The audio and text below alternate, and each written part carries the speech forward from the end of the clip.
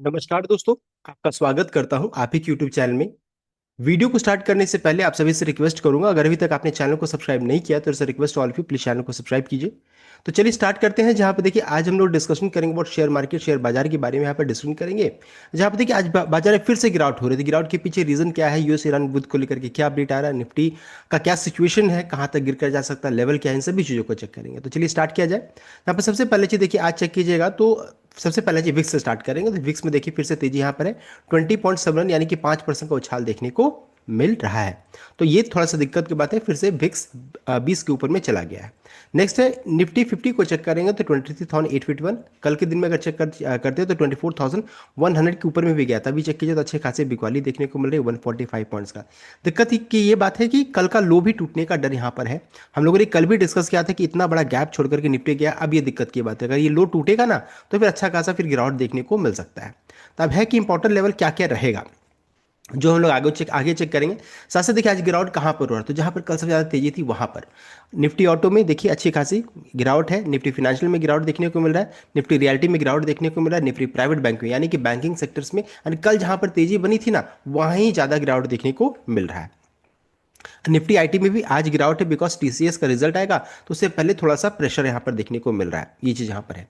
Next है क्यों गिरावट हो रहा है, क्या ऐसा रीज़न है। तो सबसे पहले जो देखिए एक ही दिन में बहुत ज़्यादा तेजी हुआ था, वो भी एक रीज़न है। तो मार्केट में ऊपर में थोड़ा प्रॉफिट बुकिंग हो रहा है। साथ साथ फिर से अभी यूएस ईरान युद्ध को लेकर के यहाँ पर अनसर्टेनिटी फिर से यहाँ पर आ रहा है।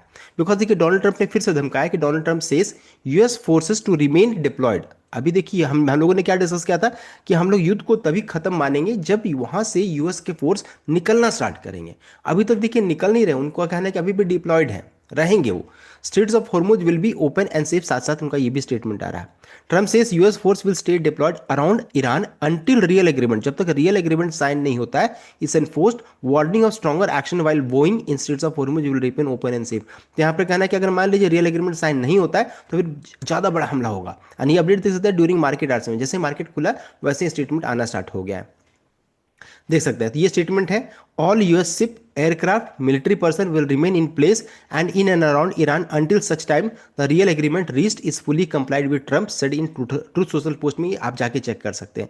साथ साथ if for any reason it is not, अगर मान लीजिए रियल एग्रीमेंट नहीं होता है, शूटिंग स्टार देख सकते हैं bigger and better and stronger than anyone has ever seen before. अभी तक का जितना बड़ा हमला जो रहता है ना, जो कभी किसी ने नहीं देखा था, वैसा आपको देखने को मिल जाता था। तो ये धमकी आ रही है, तो फिर से अनसर्टेनिटी यहाँ पर आ रहा है।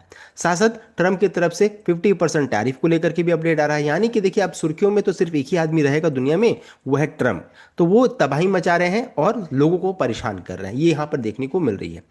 साथ साथ अगर चेक करेंगे यूएस फ्यूचर्स की स्थिति देख सकते हैं, मिला जुला संकेत है, देख सकते हैं ना तेजी है ना मंदी है, लेकिन हाँ हल्का सा सेलिंग प्रेशर देखने को मिल रहा है। साथ साथ अगर चेक करेंगे एशिया बाजार में तो देखिए निकी में लगभग लगभग 497 पॉइंट्स का 0.88, हैंगसेंग में आधा परसेंट का, और उसके बाद सब में चेक करिएगा तो ये कोस्पी में 1.56% का गिरावट देखने को मिला। यानी कि आज के दिन में कह सकते हैं कि ग्लोबल सेंटिमेंट थोड़ा सा नेगेटिव या फिर कह सकते हैं म्यूटेड है, ना बहुत ज़्यादा तेजी है ना बहुत ज़्यादा मंदी है। ये चीज़ यहाँ पर बिकॉज कल बहुत अनाप शनाप तेजी देखने को मिला है, इस कारण से थोड़ा सा मार्केट अभी थका हुआ है, ब्रीथर ले रहा है।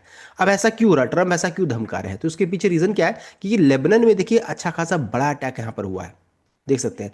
अब यहाँ पर अच्छे खासे 200 लोग यहाँ पर मारे गए हैं।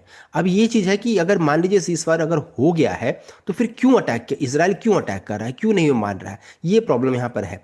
कि ऐसा तो नहीं ना है कि पता चला ट्रम्प जो रहता है सीजफायर साइन कर दिए, अब इजराइल और पता चला ईरान जो रहता है एक दूसरे से युद्ध कर रहे हैं, ऐसा तो नहीं ना होगा। तो ये भी चीज़ यहाँ पर मार्केट को अभी है कि इसमें क्लैरिटी होना चाहिए। युद्ध खत्म मतलब इजराइल भी रोकेगा, सबको रोकेंगे, और ऐसा नहीं कि इजराइल लेबनान पे अटैक करते रहेंगे, कुछ ना कुछ करते रहेंगे। तो ये चीज़ यहाँ पर दिक्कत की बात है। साथ साथ हिजबुल्लाह ने क्लेम किया रिस्पॉन्सिबिलिटी फॉर रॉकेट, तो रॉकेट लॉन्चर वगैरह से भी अटैक किया जा रहा है। तो ये सिचुएशन है जिस कारण से ट्रम्प का कहना है कि हम लोग अभी शिप को यहाँ पर जो उनके वॉरशिप है वो डिप्लॉयड रहेंगे। साथ साथ कल हम लोगों ने डिस्कस किया था कि सऊदी अरेबिया का की ईस्ट वेस्ट पाइपलाइन जो रहता है उसमें भी ईरान ने अटैक किया था, और आफ्टर सीजफायर का अनाउंसमेंट हुआ उसके बाद फिर अटैक वहां पर हुआ था। तो ये भी एक रीजन है। साथ साथ ईरान ने लॉन्च किया है missile drone attack on UAE and Kuwait following Lavan strike. तो ये भी कल का अपडेट मैं आपको बता रहा हूँ, जो हुआ है सीजफायर क्यों टूटने का डर है वो मैं आपको बता रहा हूँ। साथ साथ एक और अपडेट आया था कि US Iran ceasefire under strain as Pakistan report violation Tehran accuses Israel of breaching deal. तो देख सकते हैं इसराइल जो रहता है ना, ये रुकने थमने का नाम नहीं है, वो अटैक पे अटैक किए जा रहे हैं, ये प्रॉब्लम यहाँ पर देखने को मिल रही है। साथ साथ बीच में एक और अपडेट आया था कि होर्मुज जो रहता है वो बंद किया जा सकता है, ये भी अपडेट आया था। तो होर्मुज बंद होने की बात यहाँ पर आ रही है, देख सकते हैं। ये करंटली सिचुएशन है। अब सब बोलेंगे कि नहीं ये तो गलत बात है, होर्मुज अभी तक बंद नहीं हुआ है। लेकिन बताना चाहूंगा देखिए, होर्मुज अगर बंद नहीं हुआ है और मान लीजिए सब कुछ ठीक ठाक सा है, तो फिर क्रूड क्यों ऊपर जा रहा है? सबसे पहला प्रश्न है, सबसे पहला क्वेश्चन ये रहा है कि क्रूड में देखिए 3% का फिर से उछाल देखने को मिल रहा है। ये आपको बता रहा है कि कुछ ना कुछ अभी नेगेटिव चल रहा है। साथ साथ सिल्वर में भी गिरावट है 1.68, गोल्ड में 0.74 एंड कॉपर में भी गिरावट, यानी मेटल्स में गिरावट देखने को मिल रही है, क्रूड में तेजी है। तो गिरावट के पीछे रीजन क्या क्या है? वो है, एक है कि मार्केट ने कल जबरदस्त तेजी देखी तो आज थोड़ा सा रेस्ट ले रहे हैं। साथ ही साथ अगर चेक कीजिएगा तो क्रूड में तेजी बन रहा है, ग्लोबल सेंटीमेंट आज के दिन में थोड़ा नेगेटिव साइड में है, एंड वॉर को लेकर के अभी अनसर्टेनिटी फिर से स्टार्ट हो रहा है, ये रीजन बन रहा है जिस कारण से गिरावट है। और साथ साथ हमारे बाजार में गिरावट के पीछे एक और रीजन क्या है, वो है रुपए में आज फिर से थोड़ी सी कमजोरी यहाँ पर देखने को मिल रही है, ये भी देख सकते हैं। फिर से यहाँ पर ग्रीन देखने को मिल रहा है। और उसका एफआई तो हमारे मार्केट में कंटिन्यूस बिकवाली कर, कैश में कल भी उन्होंने बेचा था, वो भी एक रीजन बन रहा है। देख सकते 2811 करोड़ का बिकवाली किया था। अब कब आएंगे एफआई, वो देखने वाली बात है। या फिर हो सकता है कि गवर्नमेंट का इंटरवेंशन होना जरूरी है, एसटीटी सिक्योरिटीज ट्रांजैक्शन टैक्स या फिर एलटीसीजी को लेकर के मान लीजिए कोई चेंजेस करना रहे, तब आएंगे।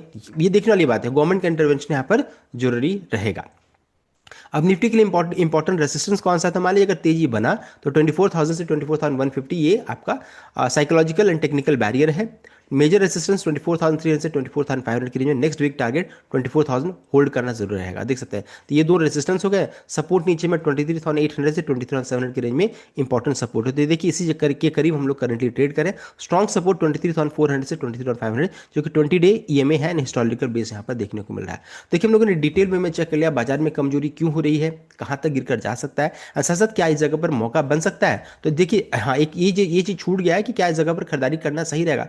देखिए जब 22,000 में हम लोगों ने एक्सपेक्ट किया था कि इस जगह तक निफ्टी, देखिए ये लेवल या फिर ये लेवल तक निफ्टी जा सकता है, लेकिन ऐसा हुआ नहीं। जस्ट इससे पहले 22,182 तक गया, उसका फिर वहां से देखिए रिकवरी अच्छा खासा हो चुका है। तो अब तो ऐसा नहीं लग रहा है ना, तो छोटा छोटा निवेश, एसआईपी की तरह छोटा छोटा निवेश यहाँ पर हम लोग कर सकते हैं।